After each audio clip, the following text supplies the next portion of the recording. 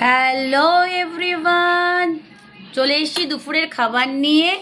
তো কে কে খাবে চলে এসো। আগেই সবাইকে আমি নিমন্ত্রণ করে দিলাম, আমন্ত্রণ আর নিমন্ত্রণ একসাথে করে দিলাম।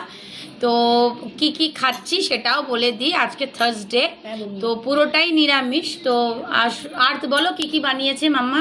বেগুন ভাজা, পাঁপড়, ভাত আর ডাল আর এবারে গ্রিন চাটনি। আর এই হচ্ছে আমার ডাল, মুগ ডাল করেছি আর পাঁপড় ভাজা আমরাও নিয়ে নিয়েছি। আমি আর সোহাগ একই থালায় খাচ্ছি, আর্থ খাচ্ছে একা একা। আর্থকে বলেছি খেতে, কিন্তু আর্থ খায় না, একটু রাগ করে। আর লঙ্কাটা তো মাম্মার আছে, ভীষণ প্রিয় একটা জিনিস লঙ্কাটা তো আমি খাই। কেন আমার ঝাল ঝাল কথাবার্তা আমার মুখ থেকে ভীষণ বেরোয়, মিষ্টি মিষ্টি ন্যাকামা মারা কথা আমি বলতে পারি না। তো এই ন্যাকাপোনাগুলো কথাবার্তা আমি বলতে পারি না। আমি ন্যাকা কথা আজ পর্যন্ত বলিনি। যেটা বলেছি স্ট্রেট ফরওয়ার্ড বলেছি।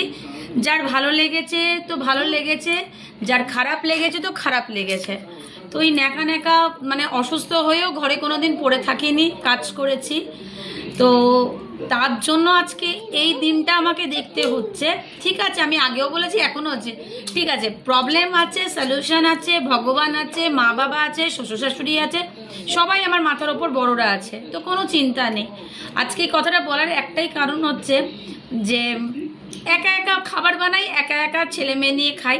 হ্যাঁ, খারাপ লাগে, কোথাও গিয়ে একটা খারাপ লাগে যে ঘরের কর্তা বাইরে, যার পয়সায় খাচ্ছি সে বাইরে রয়েছে।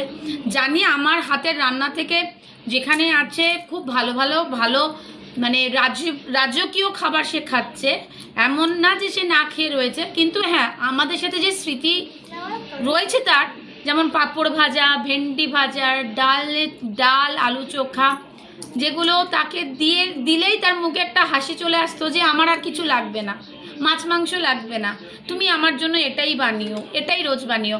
তার সাথে রয়েছে তার পছন্দের একটা গ্রিন চাটনি। তো সেটা আমার শ্বশুরবাড়ি থেকেই আমার শেখা।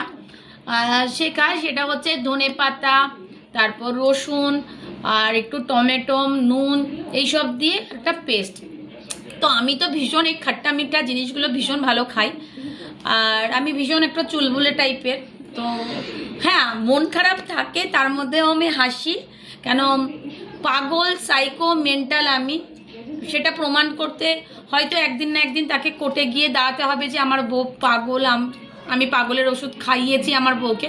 সেটা তার মুখ থেকে সেই মানে আমাকে জানাবে, বা যেখানেই হোক সবাইকে তো বলে বেরিয়েছে।